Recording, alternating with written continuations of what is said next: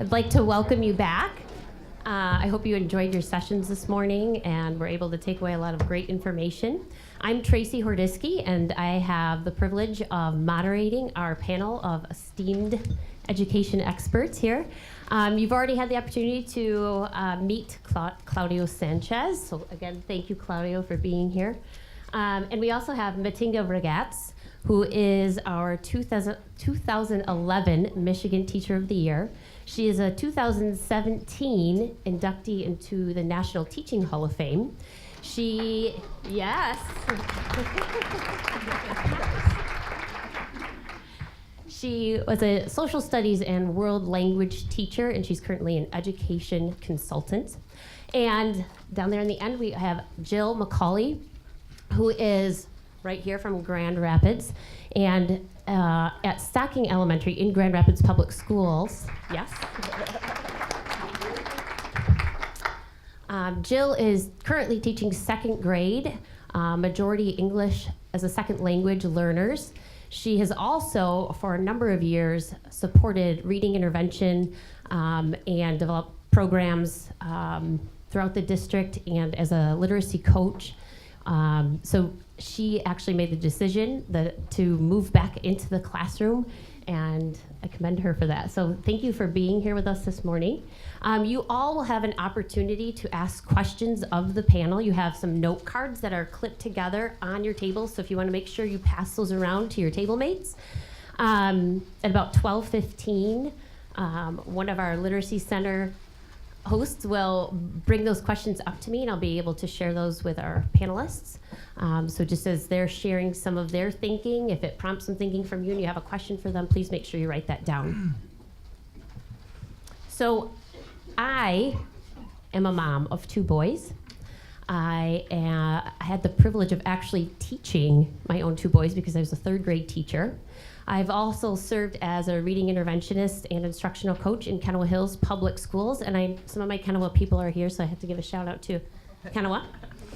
And I also got to serve as the 2017 Michigan Teacher of the Year and was able to get a little bit broader perspective on some of the issues we're currently facing and with the third grade reading law. In fact, I was able to have a conversation with Amanda Price, and I asked if it was okay if I kind of mention her on this, but she invited me to come share testimony with the Legislative Education Committee, and took about 45 minutes to an hour on the phone with me just to talk about some of the issues that were important to me. And when she asked what I'd like to come talk about, I said, well, what would you like me to speak to? And she goes, well, I guess if you want to bash the third grade reading law, then I guess you can do that. Which I had to laugh at. But the reason I share that is just because the intentions of our legislators, like Amanda Price, leading the charge is really with the best of intentions because they care so much about our kids, and that it takes sometimes a big stick to shine a really bright light on the urgency of the issue at hand with the literacy and lack of performance, I suppose, from our kids and being able to read at grade level. So with that, I'd like to thank Amanda for leading the charge on that, because that's why we're all here, and the Literacy Center of West Michigan. So if you could just kind of give some recognition there, because it has brought us together to have this conversation, which I'm so grateful for. So with that, we have our first question is a two-part question, and I think they really kind of go together. So there's be some back and forth with this. And it starts with this. What do you consider to be some of the core reasons so many children are not reading proficiently by the end of third grade? And what are some of the most important steps that can be taken to increase grade level reading rates? So we'll start big picture. So Claudio, could you start us off with that? What are some of your thoughts? Sure. We have two public school systems in America, one wealthy, one not. One predominantly white, one not. And so we have two different attitudes about our children and whether they succeed in school or not. Let me tell you, put some kind of meat on the bones of this point. I was doing some stories about all those kids, mostly Mexican kids, who were being deported with their families, and met a child in, and actually the story was out of Mexico because I wondered and I wanted to do a story about how Mexico was dealing with these now almost 1 million of these kids. And I was in Tijuana, which is the only place where these kids have been embraced. Otherwise, they land in schools where the system says to them, the government says to them, you don't know Spanish? Sorry, come back when you do. And the program in Tijuana introduced me to a 9-year-old from Barstow, California. And he said to me, I'm doing really good here. It wasn't easy. I lost all my friends. I don't know whether I'll ever go back to Barstow. And he said, without any real prompting, he rolled up his sleeve and he said, you see my skin? And I said, yeah. You see what color it is? And then he said, when I was in Barstow, that's what people saw. He was a 9-year-old. And I said, did Barstow schools, were you doing okay? He says, no, not really. I'm doing well here because of my skin. And to me, it brought home the fact that in this country, our expectation of children like this 9-year-old is very different. It's very low. Because we seem to think that their parents, because they have little or no education, that these kids' potential is limited. That because in this country we have yet to seriously deal with differences in race and class and ethnicity, we've kind of given up on this noble idea that it doesn't matter what your skin color is or where you came from, that this country is a country of reinventing yourself. This is a place where opportunity to reinvent yourself, again, echoing what I had said this morning. So it's a long-winded answer to your question about why some kids can read and others can't. And that's my take on it. Thank you. Matinga, would you like to add thoughts? I can never listen to Claudio and not take notes. I'm sitting here taking notes. Claudio's saying, in my humble opinion, I believe there are some things that we do sometimes as educators that we can do to mitigate some of those issues. And the first thing is really look inward. We have a tendency to look outward for the solutions, and the people outside are now they own the narrative as to what is going on inside. And so I think that the one thing that would help with the proficiency of our students is for us to reevaluate how the dress fits. If I can make, so we have this dress that basically all schools have to kind of fit into. And just like when you see a prom or a gala, there's women with every single, they all look amazing, but they all have different dresses. But somehow we have this idea that we all have to wear the same dress, no matter where you come from, or no matter what you do. So I'm thinking just reevaluate some of our dogmatic thinking, some of our internal mechanisms, and the things that we can change. And to me, one of the problems why we are so low in literacy, I think, is the fallacies that we still believe. And I'd like to point out just one of many, and this is this relative age fallacies. I mean, the idea that a student at a certain age has to perform a certain way. We understand that physically, mentally, people grow at a different rate. Imagine if I were to test your coordination level in this room and put you in different categories based on your coordination and label you accordingly. And we know that physically, children grow differently. So cognitively, they grow differently, but somehow we have this idea that by third grade, they have to be here. By fourth grade, they have to be here, but we don't have the same expectation for their height, hair color, coordination level. So let's examine some of our fallacies. I believe the biggest problem of that particular assessment of our education is the fact that we never question the test. We never evaluate the test. We are punitive towards our teachers and our students, but we're like, who are these people who are, like, what do they have to do with our communities? Like, who is this person telling me that my student who has grown from a -4 to a 1 is still not proficient because he's not a 4?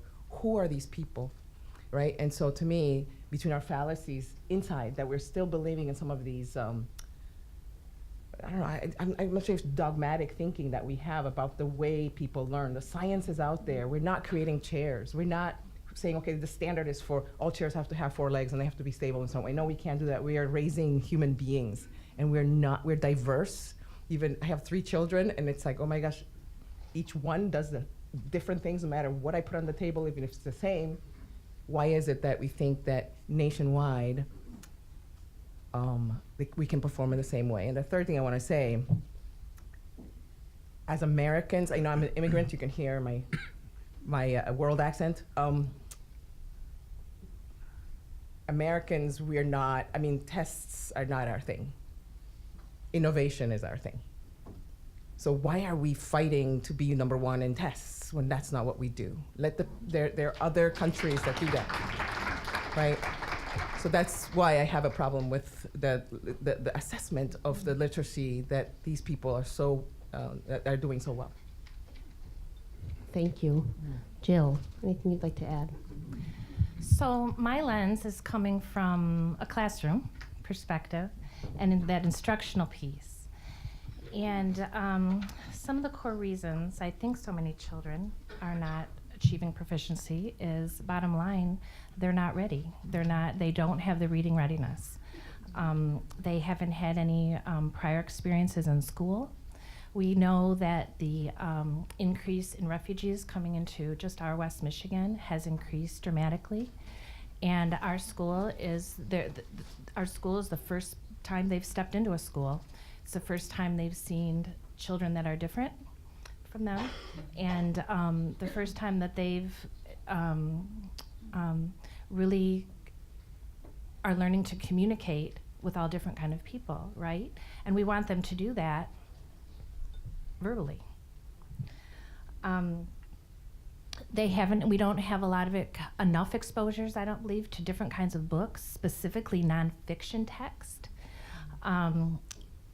that create a really language-rich environment for our students. And I also think that we need to have our kids at school every single day on time. And then we know for urban poverty students, it's hard for a lot of different reasons.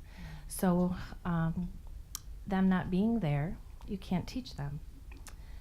Of course, the social media and technology, I definitely think is a huge core reason. Students see what's on the screen and are told things instead of trying to think through what's happening and using their own vocabulary instead of what someone else said or what someone else wrote. And then finally, in an even smaller perspective, I believe we really have to look into that decoding piece and teach children decoding from a very, very early age, preschool or before. Thank you, all of you, for sharing your perspectives. And I mean, there's a lot, it sounds like, related to beliefs, mindsets, and are we doing enough to challenge assumptions and long-held beliefs that maybe are not accurate, and then what are we going to do to tackle that? So I guess that leads into the second part of the question. So and you mentioned some of these, Jill in particular, some very specific action points that we could take, but what are some of the most important steps that can be taken to increase grade level reading rates?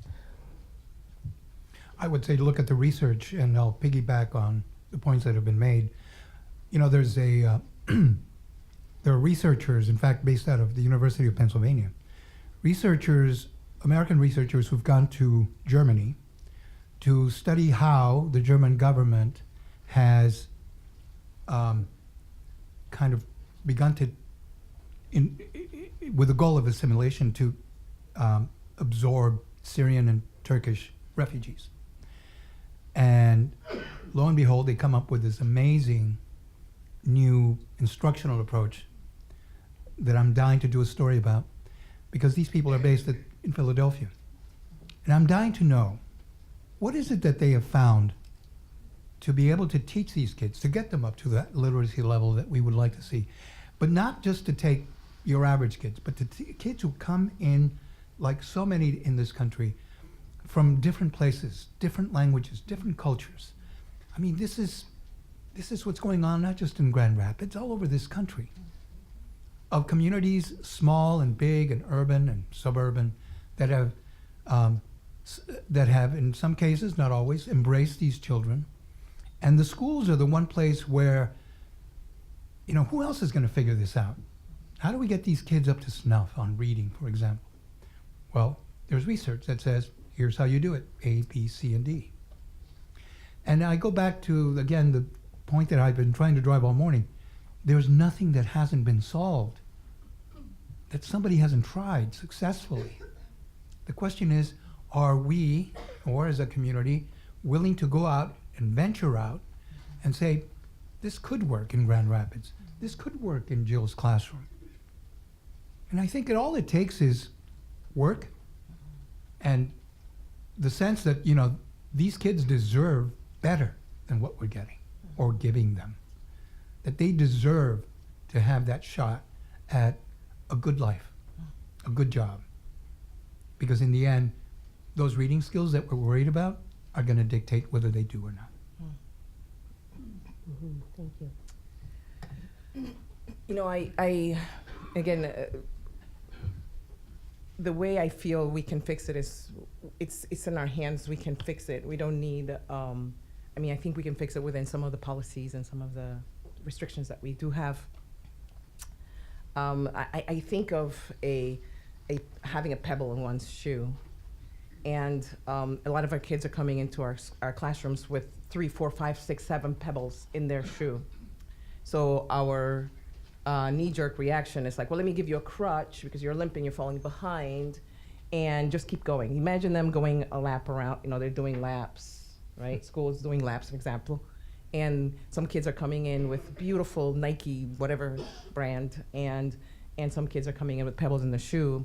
And so what we're saying to them is, here's a crutch, keep going around. But then what we're doing is putting them in this literacy cast, where they're going to be in this remedial cast for the rest of their learning career. And it's really hard to get out of the remedial world once you've entered it.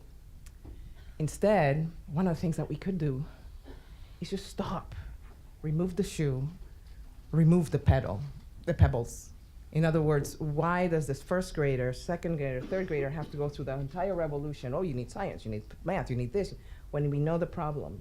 If the problem is environment, can we just stop and say, let's provide the environment so that once a day, this kid, not necessarily, let's just make our classrooms look like Pinterest, no. No. I'm saying that if this child is lacking sleep, if this child is lacking food, can we stop with the academic until this child is ready to enter? Because if you remove that pebble, he will catch up to his peers and be able to do the race by himself, rather than always facilitating him without stopping and removing what's wrong.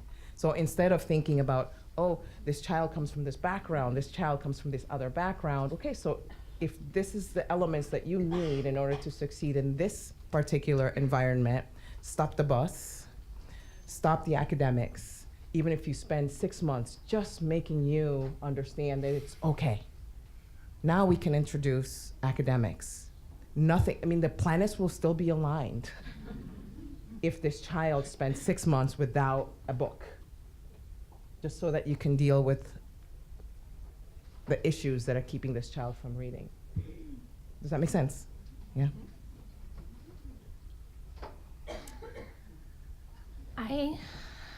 I kind of summarized about 5 different things I think are most important steps. Again, I'm coming from a more instructional platform. Number 1, as we've heard so often this morning, even in a couple of the sessions I attended, is to start early. I think we really have to start in that pre-kindergarten or before in the Head Start programs, and not just learning our colors and how to count to 10, but to give background knowledge and get those students out into the world on field trips around the neighborhood, so that they are starting to acquire background knowledge as early as young at that young, and I think that's a new shift for us. Also, we know surrounding kids with books, which is going to improve the decoding, the vocabulary, and especially the stamina. But I really think we need to look at the books. We need nonfiction text in our libraries. I can't say that enough. We need text that follows our content, text that can be integrated along all content areas so that teachers aren't needing to search on Pinterest or Teachers Pay Teachers, right? Sometimes for what they need, but being smart and being able to integrate that vocabulary and building that background knowledge. We talk a lot about the assessment and the measure. I think it's crucial that we continue to measure consistently. I always like to think that this is never good enough. I need to keep formatively assessing my students, reevaluating, looking how my content areas are aligning, and also creating support teams. I can do a lot of help in my classroom, but it's really helpful to have systematic support teams within the school, but within the district level too, where there are interventionists that help me to look over my data, analyze my data, help me work with, I'm a 2nd grade teacher, help me work with the 3rd grade data, right, and the 1st grade data, and the 9 to 12 grade data, so that I can see that whole big picture and update my strategies. Finally, I want to talk a little bit about summer. Summer. Our students are losing so much in the summer, especially those kids in poverty who don't have those language-rich experiences in the first place, who are many times alone all day, have to take care of siblings. But getting programs in the summer that are comprehensive, that have a curriculum that work, and preferably one that's close to the school, so that that program can stay within the community and that child still feels like they're home. Yeah. Thank you for sharing some specific strategies, and one of the things you mentioned is some of the learning as an educator that's important for you to be able to continue refining your practice. And Claudio, you had written a piece maybe a couple of years ago about your 2 years as an educator. Oh no, you're going to remind me. And he was reflecting on his experience. Did I do a good job? Did I have an impact? And one of the quotes that resonated with me is you talked about how you were not prepared for the emotional aspect of the learning for students, and how to work through that with them. And that has stuck with me because I think that's one of the pieces for me that's been most transformative. And Matinga, I think that's also what you were speaking to with the pebble in the shoe, or the multiple pebbles in the shoe.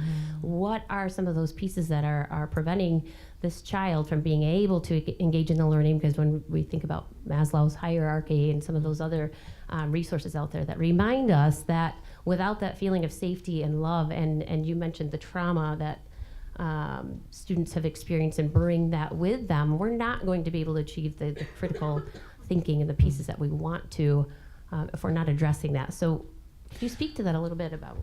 Well, the background to that story was that there was a young man who had been one of my students. He was at the time 9, 10 years old, who had been trying to get a hold of me. And he had sent an email to NPR saying, "Is Claudio Sanchez, your education reporter, the same Claudio Sanchez that taught me when I was in school?" And I remembered him immediately, John Putz. And John brought back all kinds of bad memories. Because I didn't go to school to learn how to teach. I was given this alternative certification thing. So I taught English as a second language, Spanish as a second language, kids who didn't know English, who wanted to know Spanish. I was the soccer coach of a winless soccer team. It was also part of a boarding school. I was the weekend cook, and I drove a bus. Oh, and I was the 4-H Goat Club sponsor. Now, my first year was wonderful. I didn't want to do anything else. I said, forget journalism. I love this. The ages were 5 to 15. And I loved doing what I was doing. A lot of it had to do with my mentors, my fellow teachers.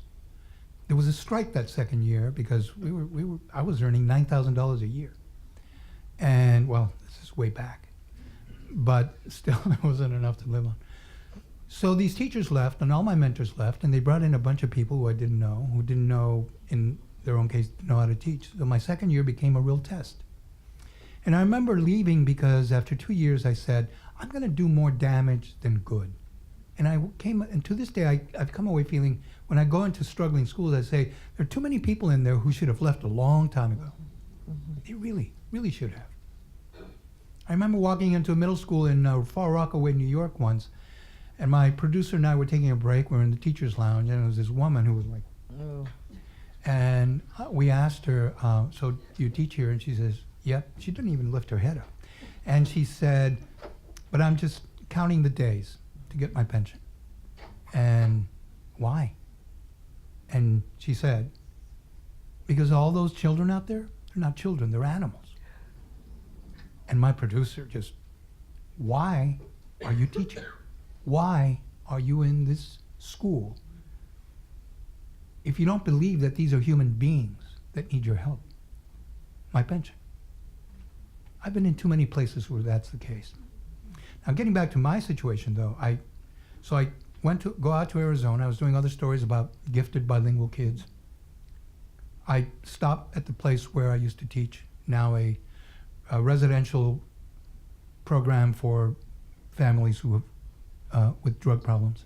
Place is more or less looking the same. I get a tour. We got tape for the tour. And then I tell the story of how John Putz, who at the time we thought was autistic, and I came back, had a conversation with him over the phone. What do you remember? And I remember him saying, we didn't blame you, the teachers, for what we felt we needed there. Remember that this was a school that was filled with kids who were either dirt poor or very, very wealthy. The wealthiest kids used to sit around on weekends pointing to People magazine saying, there's my mom, there's my future mom, there's my old dad, there's my third father, there's my... Now, these were kids who emotionally were the same. Emotionally starved. I don't care how much money some of them had or how little they had. And I just, again, to this day, I feel like that part of a child's education, as Matinga was saying, is so crucial. Mm-hmm. And yet, we all gauge children based on important things, mind you, reading, math. But my God, if you don't have an emotional component to the way you approach children, how far are they going to go, really? With the best reading skills, the best math skills. I question whether they will go that far if they don't have some sense of emotional nurturing and stability. The bottom line with John was that, I asked him, do you think I was a good teacher? He says, yeah, I think you're a good teacher. And my point was, every teacher in this country needs to hear that. even if it's coming from one kid, 20, 30 years later, that validation, I don't care how much you're earning as a teacher, how much you'd like to earn, but don't. That validation is the key for the best teachers to stick around. Anyway, long story. Yeah. Good. Thank story. you for speaking. Do you have anything you'd like to add, Matinga or Jill? Just to piggyback on what Claudio said about the teacher themselves, and I'm hoping that as a profession we have the guts to just to make the changes rather than wait for the legislation to do that. In our teacher preparation program, I often think, as teachers, we went to teacher school, and we got our first classroom, and we got to teach. But I often ask myself, why should the student learn from me? Like, who am I? I was 22, I think, when I started. Who am I? And so I think there is not enough time for us to understand what we bring to the table, what biases, what habits, what stressors we bring to the table as educators. We just go into what are you going to learn today? Like, the even our curriculums as teacher school has got all this 101 and 102 and 103 and these courses that have nothing to do with me as a person and whether or not I'm the person to be a guru in front of students. And the second thing is, if we're culturing teachers, is also giving them the experience. Like right now, we're sitting in the circle of the like-minded. We all have a college education or working on one, and so we have this common experience while our clientele does not. We don't know how to relate to the parents. We don't know how to relate to the community. And some of us are going to be put in communities that are so unlike our own. So teacher preparation, if really we are in the business of making humans better, should be that first year, just get to know who you are, what you're good at. Second year, travel. Get out, go in a community that's not you, understand those. That's part of your teacher preparation program. Reflect on that, understand what it means to walk a mile on a variety of shoes rather than spending time in the classroom to be in the classroom. So if we have the guts to start talking about the shifts that we need to, not because education needs to change, but because our clientele has a bigger BS meter.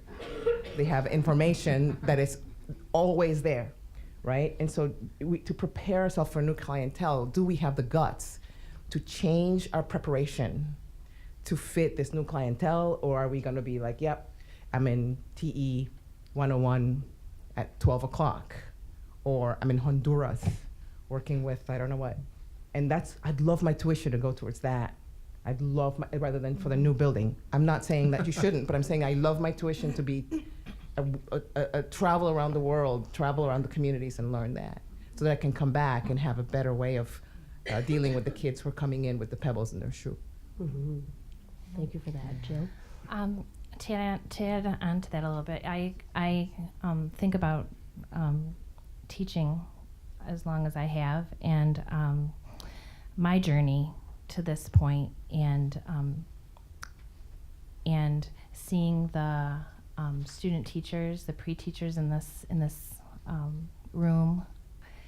I taught for a long time, and then I decided to go out of the classroom into an instructional coach's position.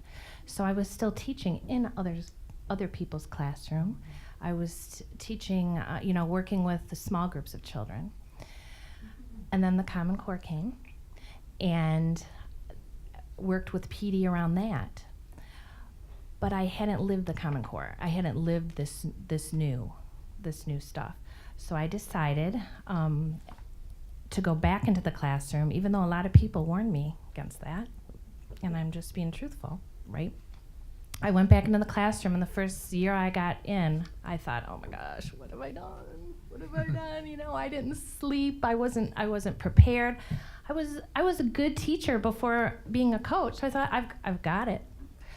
But students change, and the culture change, and communities change, and what we're learning, and what we're learning in our colleges and universities, what we're bringing back changes. And now, after I've been back 5 years, back in the classroom 5 years, it was the best decision I made. The best decision.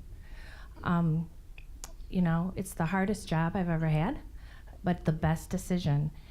And I really encourage student teachers and novice teachers and universities to get those learners into schools and into different kind of schools.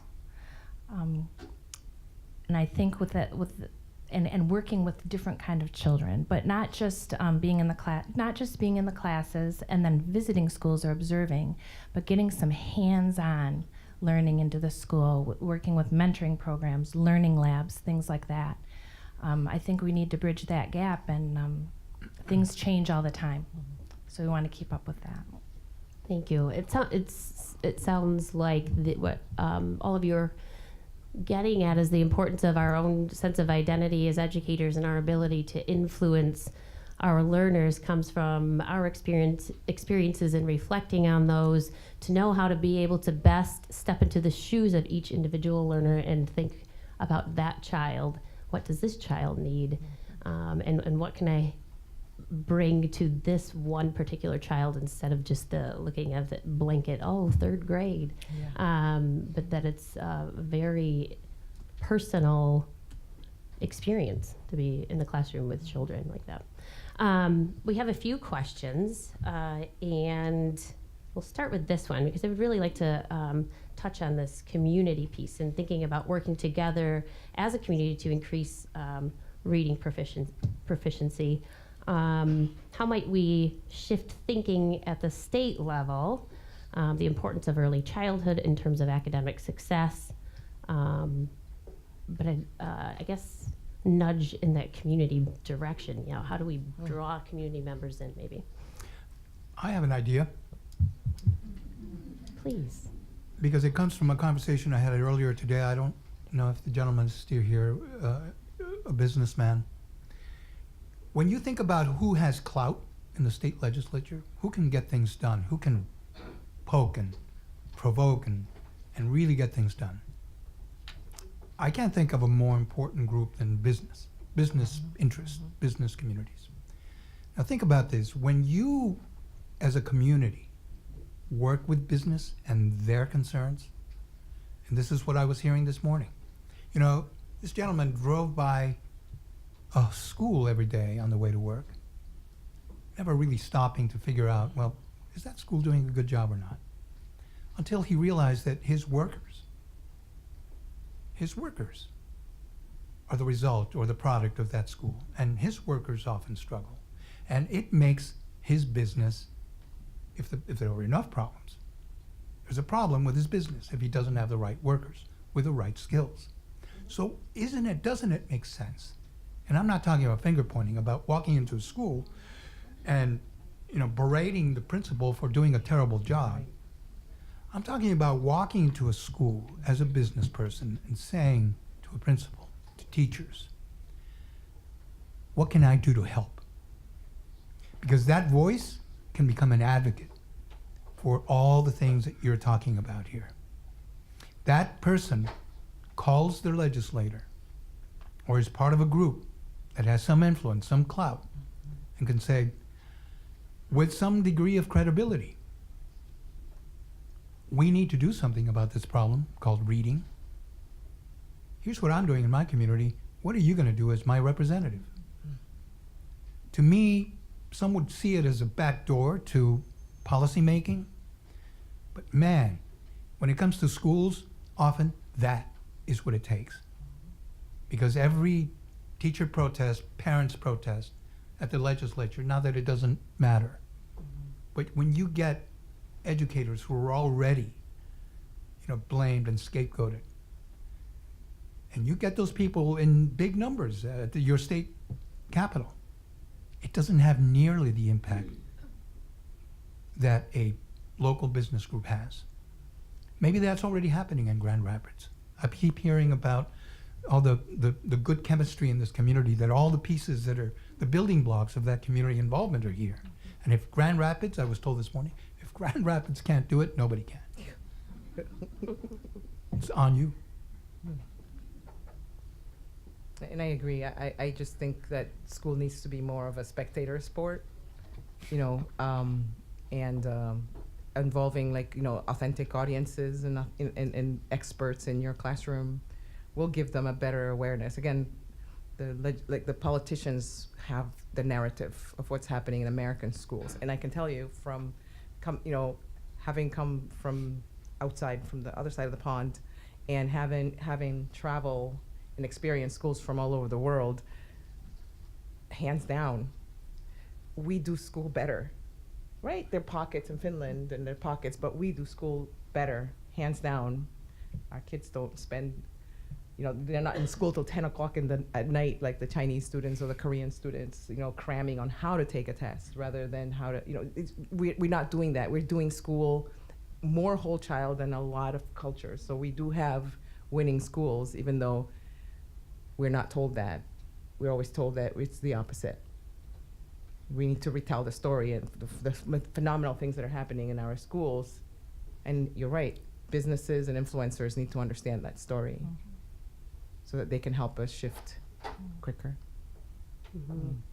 Thank you. And step inside our school. Physically step inside our school. I mean, what are the they could bring so many experiences. The mechanics shop across the street. Come on into our school and show us what you do. Tell us what you do. You see us every day. You wave at our children. You have children in our building. So just to add on a little bit to that. We've made it a little bit hard for the community to come in. I mean, you see the yellow bus going down the street into the school, and then there's all kinds of levels of security to get into your child's school just to retrieve their band instrument. And we've isolated our children from the community. We've told our kids that the community is a danger to them. And think about that mixed message. This is the community they're supposed to be able to lift and fix. Yet we've made it so that it's very difficult for the kids to understand the community because that stranger danger bit. I'm not saying that the boogeyman's not always out there, but we all grew up in a world where we just took our bikes. Remember that? And we went to the community and we knew everybody. And hey, hi, Mr. This and that, and hi, Mr. That. But our kids are growing up in the backyard, and it's a wonder. Video games is a place where they can go say, hi, Mr. This and that, hi, Mr. That. So think about how we're relating our communities and how we are involving our communities and how crucial that is to even their literacy or their understanding of the world, right? Yes, Sorry, and the school has control. I believe the school has control in that. So the school's the leader in bringing those neighborhood people into the school and making sure they know it's safe and the parents know it's safe. But I think school has a good responsibility. It's their responsibility. And we can control that, I believe, and that's an important important. We can't control so many things, right? We can control things like that. So it sounds like really the schools being invitational, inviting the community in, people in different roles, like the mechanics across the street. Come talk to us about what you do on a daily basis, because that's the other piece of it. And thinking about what are kids aspiring to. What are their goals? Do they know what the world has to offer for them? What positions that are out there? Who do they know that are in those roles that they could talk with to learn more about what that means to be an engineer or a scientist or a teacher or a journalist? And so being intentional about bringing the community in. Thank you for that. Here's another question from the audience. Often it seems like our school system needs a complete overhaul or transformation. How do we work toward being transformational while still serving the students in the current system? We can't blow up the system with kids still inside it. Let's talk about the touchy issue of charters.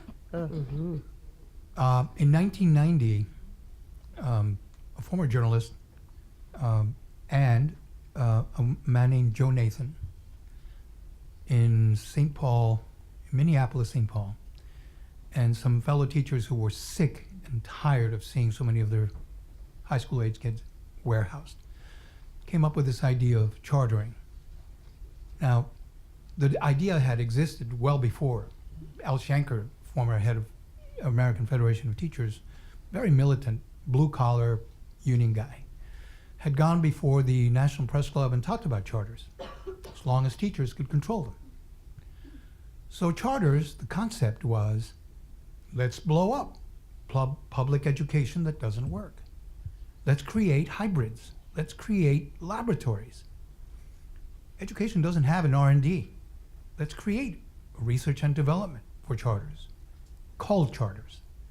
So on the anniversary years ago of that first ever charter in this country, little 130 kids, which is still the same size, doesn't take any money from anybody with deep pockets, doesn't take any federal money, not even Title I funds. They just take state money, taxpayer money, obviously. And what this principal, who was the same one that started it, is doing for these kids, she's a miracle worker. She's rescuing these kids from some of the most troubled high schools in the area. And she's doing it with a very basic idea that we've all been talking about today: nurturing kids, guiding kids, not supplanting, but rather supporting kids when their families aren't there, dealing with homeless kids, troubled kids, kids who can't read. And her success rate is incredible. So what's the answer? Are charters the answer?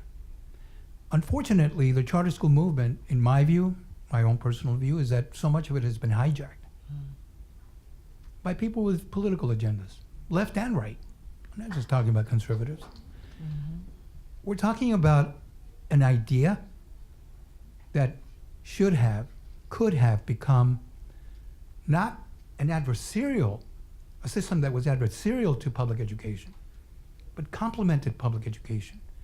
If somebody in a charter school has figured out the best way to teach an eighth grader who is 4 years behind in reading how to read and how to catch up and how to do well, the beneficiary of that should be that other school down the road, a traditional school, that's dealing with the same kid. But what happens under the system we have now? We have charters that hold on to their data like their lives depended on it. In many ways they do. Because what do?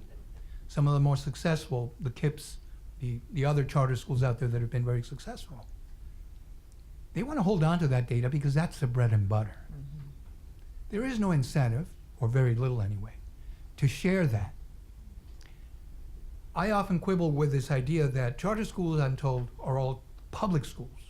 They're public schools. They're not private schools. They're public schools, nonprofits, most of them. Only 12% are for-profit.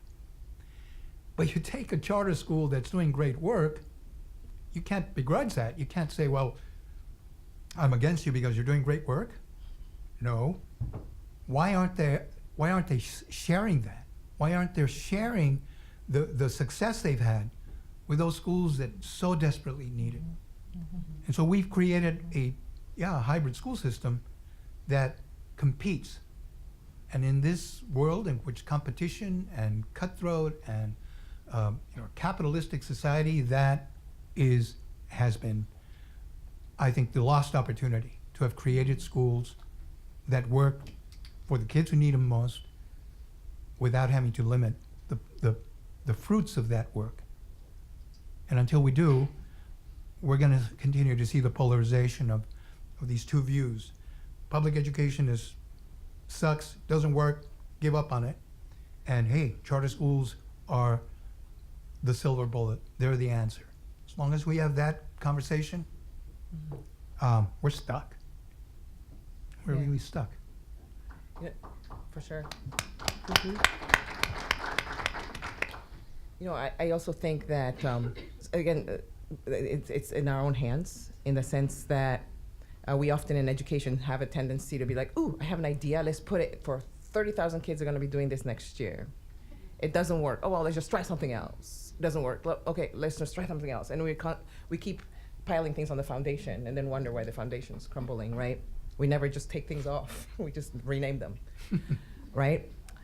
And I'm wondering if, one of my mottos as a instructional innovation specialist is, one classroom, one hallway, one school.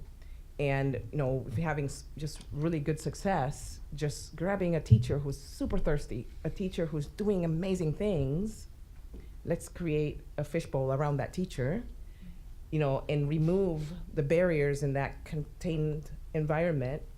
Other teachers come and they can start harvesting some strategies, and the contagion begins. And I know because I'm living it right now, where I thought things were going to progress. Oh, next year we'll have more classrooms, but now 5 months later, we have 6, 7 complete grade levels going, wait, we want in to whatever's happening there. And this classroom is we are questioning everything.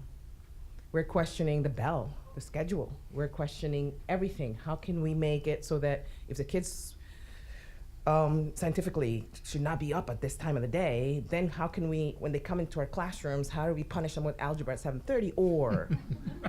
Or, sorry, Duke, I love algebra really in my heart. No, you know what I'm saying? Like how so we start removing, and I'm not saying, I hate to call it a pilot or prototype because you feel like the kids are being experimented on, but these teachers have already been doing their magic for years. It's just they're working in an island. Focus on them, and then start really sharing those strategies. And before you know it, and it happens quicker than you know. Oh, so is the bell the problem? For example, in one of my schools, we're doing this thing where we are realizing that the 5th graders in the elementary school have a complete different need than the 1st graders, yet they all have the same schedule. Well, I wonder if the moon will come up tomorrow if the 5th graders had a different schedule. Completely. So now we have a 5th grade academy. You know what I'm saying? Like things like that where we can start shifting, kind of like one of those Rubik's Cubes, to find the right solution rather than expect the solution that worked in my school to just be, that dress is going to be everywhere. No, it's not, it doesn't work that way. So I think it's still in our hands to be able to change public education if we are willing to make it customized, and if we get out of that whole everybody has to be the same, but they have that and we don't have it. It's like, well, maybe you don't need it. Stop it and keep going, right? That kind of thing. Yes, thank you. Jill, Yeah. briefly, if you have one. Yes, and then just to to add to wrap it up. add on to that, not only within the classroom, but also having district leaders get into the classroom, and having community leaders, again, get into the classroom. I don't know if to overhaul a district, I don't know if that's possible. In the bottom line, if that's possible. There's a lot of work to be Or done. if it's, Yeah. I could talk about that. Yeah, but whether it's charter or in individual classrooms, it's this idea that we're trying things, we're taking risks and being innovative, and again thinking about individual learners, and then sharing that information, supporting each other on the journey to be able to support all of our kids. Would you please join me in thanking our phenomenal panel.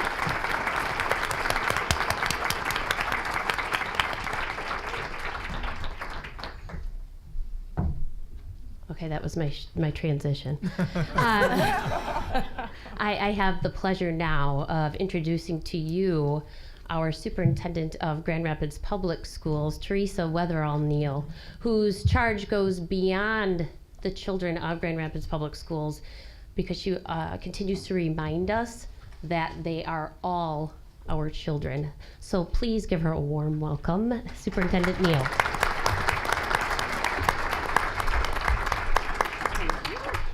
So good afternoon. Thank you to the panel, that was wonderful. And thank you to Tracy. Tracy Nicolay actually is a graduate of Grand Rapids Public Schools and Union High School. That's right, go Red Hawks, go Red Hawks. And Tracy, it is time for you to come back home. So I do recruit you guys, that's one thing. We're looking for talent, not only in Grand Rapids Public Schools, but in education. We are looking for great talent. This is a heavy lift, and with the 3rd grade reading law, stakes just got higher. And it isn't because it's the 3rd grade reading law, you guys. It's the right thing to do. It's the right thing to do. I am a grandmother of Layla Killingham. She is a 1st grader. So in 2 years, she will be the first group that will need to pass this assessment. I want my granddaughter to be able to read. I believe in it. And so Grand Rapids Public Schools, we came out as part of our transformation plan as one of the first groups to support this. And not because it wasn't controversial, you all know that it was,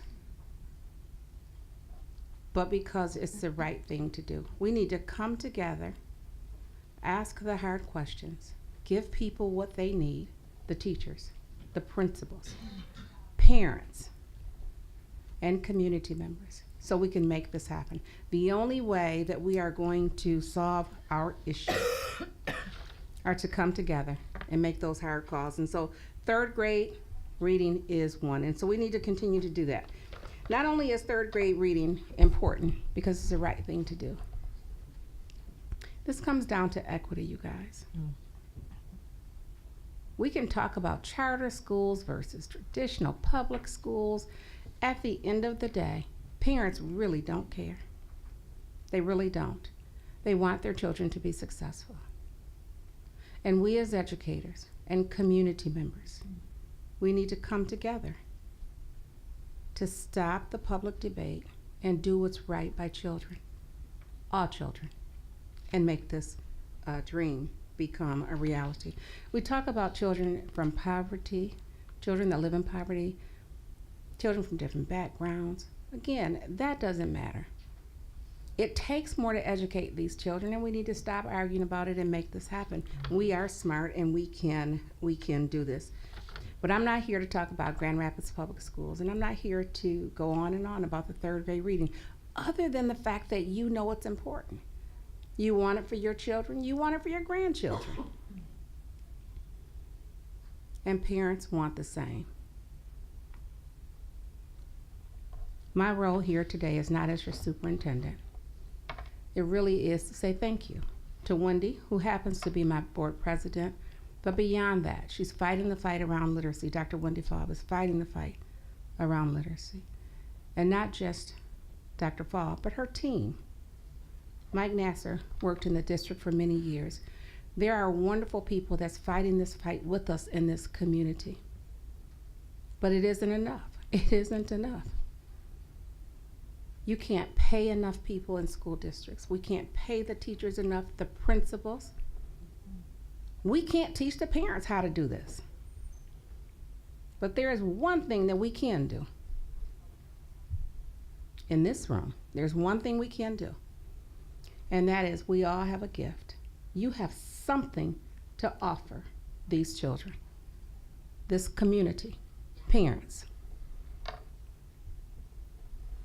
And I don't know what that is, but I guarantee you it's something that we need. And so I'm going to ask you today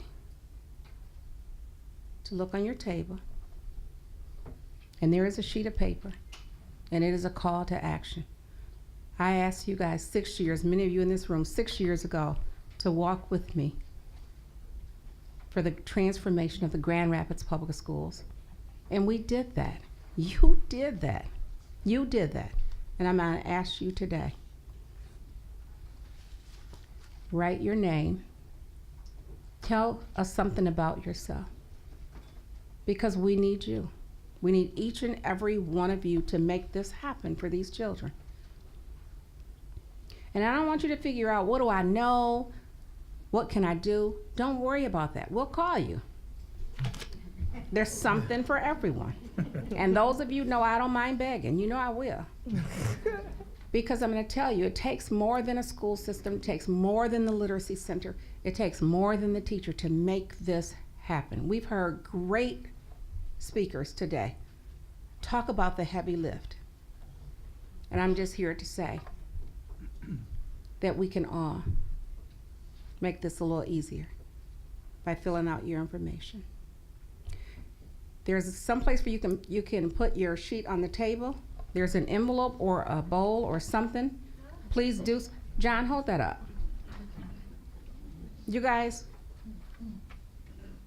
fill the paperwork out. Right, let's do something. Come together to make this happen for these children. Don't just leave it up to the teachers. Don't do that. They can't do it without all of us. And I can see who's writing and who's not. And I know and I do know who signed in. Those of you that know me from Grand Rapids Public Schools know I will call you. It takes a community, you guys. It does take a community. These children and these families belong to all of us. And if it is absolutely nothing other than coming to say good morning and let someone else read to a child, that's okay too. There's room here for everyone to help with the journey. Okay? Someone's going to collect the information. I'm not real sure. I don't see a lot of people moving towards the envelope though, you guys. You should be tired of me begging after 6 years for Grand Rapids Public Schools, but you know I will. Anything for these kids, you guys. Again, thanks a lot. Thank you so much.